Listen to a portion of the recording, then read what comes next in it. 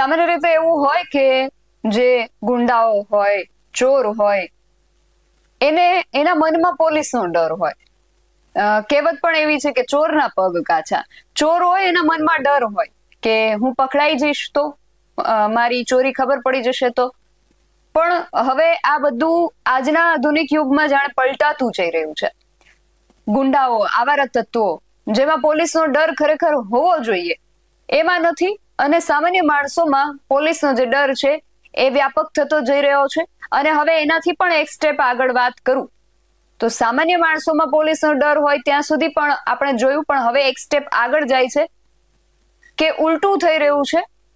પોલીસમાં આવારા તત્વો અને ગુંડાઓનો ડર જોવા મળી રહ્યો છે. અને આનું ઉત્તમ ઉદાહરણ પાટણની પોલીસે પૂરું પાડ્યું છે. પોલીસની વાન સાથે પોલીસ જવાનો ત્યાં ઉભા હતા. અચાનક એક આવારા તત્વોનું મોટું ટોળું ઉમટી આવે છે અને પોલીસ ત્યાંથી ભાગી છૂટતી જોવા મળી રહી છે. શું છે સમગ્ર વિગત જાણીએ અહેવાલમાં. જય હિન્દ BSI TV ન્યૂઝ પર આપની સાથે હું છું નિધિ ગઢવી. એક સમય હતો જ્યારે બાળકો ચોર પોલીસની રમત રમતા. આજના બાળકો પણ ઘણા બાળકો રમતા હશે ચોર પોલીસની રમત, જેમાં જે બાળક ચોર બન્યું હોય એ આગળ દોડતું હોય ને પોલીસનો રોલ જે બાળક નિભાવી રહ્યું છે એ પાછળ દોડતું હોય, ચોરને પકડતું હોય. પણ હવે આજના આધુનિક સમયમાં આ રમતને પણ જાણે પલટાવી પડશે. પોલીસ આગળ અને ચોર પાછળ. આવું ઉત્તમ ઉદાહરણ પાટણની પોલીસે આપણને પૂરું પાડી દીધું છે. આવારા તત્વો આવે છે અને પોલીસને ભગાડે છે. અને આ ગુજરાત પોલીસની જે બહાદુરી છે એના ઉદાહરણ માટે આ જે ઘટના બની છે પૂરતી છે. સૌથી પહેલા તો આ ઘટના શું છે તેના વિશે તમને વિગતે વાત કરું તો પાટણ જિલ્લાના ચાણસ્મા તાલુકા જે છે એની અંદર જીલિયા નામે એક ગામ છે. આ ગામની અંદર એક ફાર્મ હાઉસ આવેલું છે. આ ફાર્મ હાઉસ પર 15 થી 20 જેટલા શખ્સોએ હથિયારો સાથે હુમલો કર્યો હતો. આ હુમલાખોરોએ ફાર્મ હાઉસનું જે ગેટ અને બહારની જે દિવાલ હતી ત્યાં તોડફોડ કરી અને ફાર્મ હાઉસ જે વ્યક્તિની માલિકીનું છે એ વ્યક્તિને જાનથી મારી નાખવાની ધમકી આપી હતી. આ જે મામલો છે એને લઈને ચાણસ્મા પોલીસ મથકે ફરિયાદ નોંધવામાં આવે છે. 2 ફરિયાદ નોંધાઈ છે. એના આધારે પોલીસે 3 શખ્સ અને એક ગાડીને ડિટેઇન કરી છે અને મંદિરના ફાળા ઉઘરાવવા મુદ્દે બંદૂકના કારણે આખો બનાવ બન્યો હોવાનું સામે આવ્યું હતું. પરંતુ રાત્રિ સમયે જે ઘટના બની એના વિશે વિગતે વાત કરું તો જીલિયા ગામના રબારીવાસમાં રહેતા અને પાટણમાં પશુધન નિરીક્ષક તરીકે ફરજ બજાવતા રાકેશભાઈ દેસાઈ નામના વ્યક્તિ છે. એમણે આ ફરિયાદ નોંધાવી છે. એમના કહેવા અનુસાર 15મી માર્ચ 2026ની રાત્રે લગભગ 12 વાગ્યાની આસપાસ જે ફરિયાદી છે એ બહારગામ હતા, ત્યાંથી દૂર હતા અને ત્યારે તેમના ફાર્મ હાઉસ ઉપર હાજર એક એમના જે માણસ હતા એમણે એમને હુમલાની જાણ કરી. એમણે જાણ કરી કે કેટલાક ઈસમો જે છે એ ફાર્મ હાઉસનો જે ગેટ છે ગેટ પાસે આવીને ભાવેશભાઈના નામને ગાળો આપી ધમકીઓ આપી રહ્યા છે. અને આ ઘટનાની જાણ 112 પોલીસ વાનને કરવામાં આવે છે અને પોલીસ ત્યાં ઘટના સ્થળે પહોંચે છે. ત્યારે પોલીસ જ્યારે ત્યાં પહોંચે છે ત્યાં હુમલાખોરો જે છે એ નાસી છૂટ્યા હતા.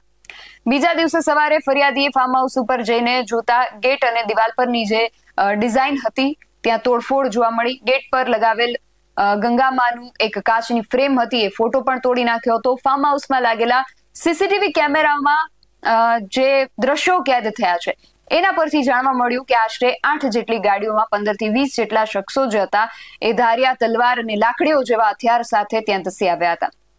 આ શખ્સોએ ગેટ ઉપર પથ્થરમારો કરી, હથિયારો વડે તોડફોડ કરી અને ભાવેશભાઈ નામના જે વ્યક્તિ છે એમને જાનથી મારી નાખવાની બૂમો બહારથી પાડી. અને આ CCTV ફૂટેજના આધારે મુડેઠા ગામના જીતુભા, વામૈયા ગામના જહુભા અને દલુપજી નામના જે શખ્સો છે એમની ઓળખ થઈ ગઈ છે. પોલીસ ફરિયાદ મુજબ ભાવેશભાઈ બળદેવભાઈ દેસાઈના નામનો ઉપયોગ કરી જીતુભા મુઠેડાવાળા જે હતા એમણે ખોટી રીતે બદનામ કરતો હોવાથી એની જે અગાઉની અદાવત હતી એને ધ્યાનમાં રાખીને હુમલો કર્યો હતો. આખી જે ઘટના બની એ અંગે રાધનપુરના જે DYSP છે પરેશ રેણુકા એવું જણાવે છે કે 15મી માર્ચ 2026ની રાત્રિએ જીલિયા ગામના ભાવેશભાઈ દેસાઈની ચાણસ્મા પોલીસ સ્ટેશન ઉપર એક ફરિયાદ આવી હતી કે તેમના ફાર્મ હાઉસ ઉપર કેટલાક લોકોએ હુમલો કર્યો છે અને આ વર્દીના આધારે ચાણસ્મા પોલીસ સ્ટેશનની 112ની ગાડી તાત્કાલિક ઘટના સ્થળ પર પહોંચી ગઈ હતી. ઘટના સ્થળ ઉપર પહોંચતા ત્યાં કોઈ પણ ઈસમો નતા મળ્યા, પરંતુ તકેદારીના ભાગરૂપે 112ની જે ગાડી હતી અને ચાણસ્મા પોલીસ સ્ટેશનની વધુ એક ગાડી ત્યાં હોલ્ટ પર રાખવામાં આવી હતી. આ હોલ્ટના 15-20 મિનિટ થઈ ગઈ. એ પછી અચાનક 5 થી 6 જેટલી ગાડીઓ અને કેટલાક ઈસમો જે છે એ ઘાતક હથિયારો લઈને ત્યાં પહોંચ્યા. ઘટના સ્થળ ઉપર આવતા જ તેમણે પથ્થરમારો પણ કર્યો અને એમની પાસે જે હથિયારો હતા એ હથિયારો લઈને લોકો ગાડીમાંથી ઉતર્યા. આજે ફાર્મ હાઉસના ગેટ આગળ પથ્થરમારો કરતા હતા એ દરમિયાન એક પથ્થર પોલીસની ગાડીને પણ વાગ્યો હતો અને અત્યારે આ પરિસ્થિતિ જે હતી એને જોતા પૂરતો પોલીસ બંદોબસ્ત ન હતો, એટલા માટે પૂરતા પોલીસ ફોર્સને લેવા માટે પોલીસની ગાડી ત્યાંથી નીકળી ગઈ હતી અને પોલીસની ગાડી પરત આવી ત્યારે આ ઘટના સ્થળ પર જે ઈસમો હતા એ નતા મળ્યા. પોલીસે એની સ્પષ્ટતામાં આવું કહ્યું છે. પોલીસે એવું પણ કહ્યું કે આ ગુનાની ગંભીરતાને ધ્યાનમાં લેતા પોલીસે કોમ્બિંગ દરમિયાન આ જે ઈસમો હતા એમાંથી 3 ઈસમોને ડિટેન કરી લીધા છે. એક ગાડી પણ ડિટેન કરી લીધી છે અને આ સમગ્ર ઘટના બાદ જે ફરિયાદીની ફરિયાદ છે તેના આધારે કુલ 3 નામજોગ આરોપી અને 15 થી 20 જેટલા જે અજાણ્યા ઈસમો છે એની વિરુદ્ધ રાયોટિંગ અને જીપી એક્ટની રિલેવન્ટ સેક્શન અંતર્ગત ઓફેન્સ રજીસ્ટર કરવામાં આવ્યું છે. આજે સમગ્ર ઘટના છે દરમિયાન પોલીસ જ્યારે પોતાની ફરજ ઉપર હતી ત્યારે એક પથ્થર એમની ગાડીને પણ લાગતા ફરજમાં રૂકાવટનો ઓફેન્સ પણ રજીસ્ટર કરવામાં આવ્યો છે. તો આ ઘટના બાદ ટોટલ 2 એફઆઈઆર કરવામાં આવી છે. એક એફઆઈઆર જે ફાર્મ હાઉસના માલિક ભાવેશભાઈ દેસાઈ એમણે કરી છે અને બીજી એફઆઈઆર જે છે 112ના ઇન્ચાર્જ છે તેમણે આપેલી છે. પોલીસે એવું પણ કહ્યું છે કે આ જે ઝઘડો છે અથવા તો જે પણ આ ઘટના બની છે એમાં પ્રાથમિક તપાસ દરમિયાન એવું જાણવા મળ્યું છે કે જીલિયા ગામે એક રામાપીરના મંદિરનું નિર્માણ થવાનું છે અને આ જે નિર્માણ છે દરમિયાન જે ફાળો ઉઘરાવવાની બાબત હતી તેને લઈને ભાવેશભાઈ દેસાઈ અને જીતુભાઈ નામના જે વ્યક્તિ છે એમની વચ્ચે જે મનદુખ થયેલું હતું અને બોલાચાલી થયેલી હતી એના બાદ આ પ્રત્યાઘાતના ભાગરૂપે આ સમગ્ર ઘટના જે છે એ બનવા પામી હતી. ઘટના જે પણ હતી, પરંતુ અહીંયા પોલીસે જે વીરતા દાખવી છે એને લઈને હવે અમારી પાસે શબ્દો નથી રહ્યા. ગુજરાતભરની અંદરથી પોલીસના અલગ અલગ સ્વરૂપો જોવા મળે છે. ક્યાંક આપણી જૂની જે કહેવત છે કે હલકું લોહી હવલદારનું, એ મુજબ ક્યારેક પોલીસ ભ્રષ્ટાચાર કરતી જોવા મળે છે, ક્યારેક પોલીસ ખૂબ સારી કામગીરી, બિરદાવા લાયક કામગીરી કરતી જોવા મળે છે, ક્યારેક પોલીસ જે છે સામાન્ય માણસો પાસેથી હપ્તા ઉઘરાવતી જોવા મળે છે, તો ક્યારેક પોલીસ આ રીતે આવારા તત્વોને જોઈને નાસી છૂટતી જોવા મળે છે. ઊંધું થવું જોઈએ.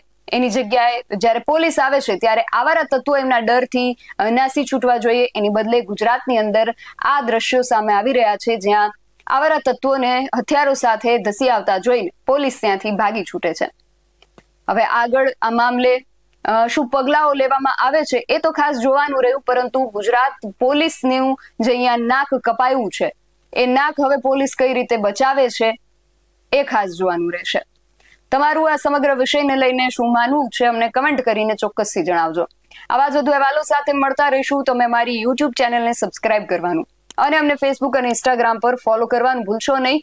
બાકી અવનવી અપડેટ્સ માટે આપ જોતા રહો BS9 TV ન્યૂઝ. નમસ્કાર.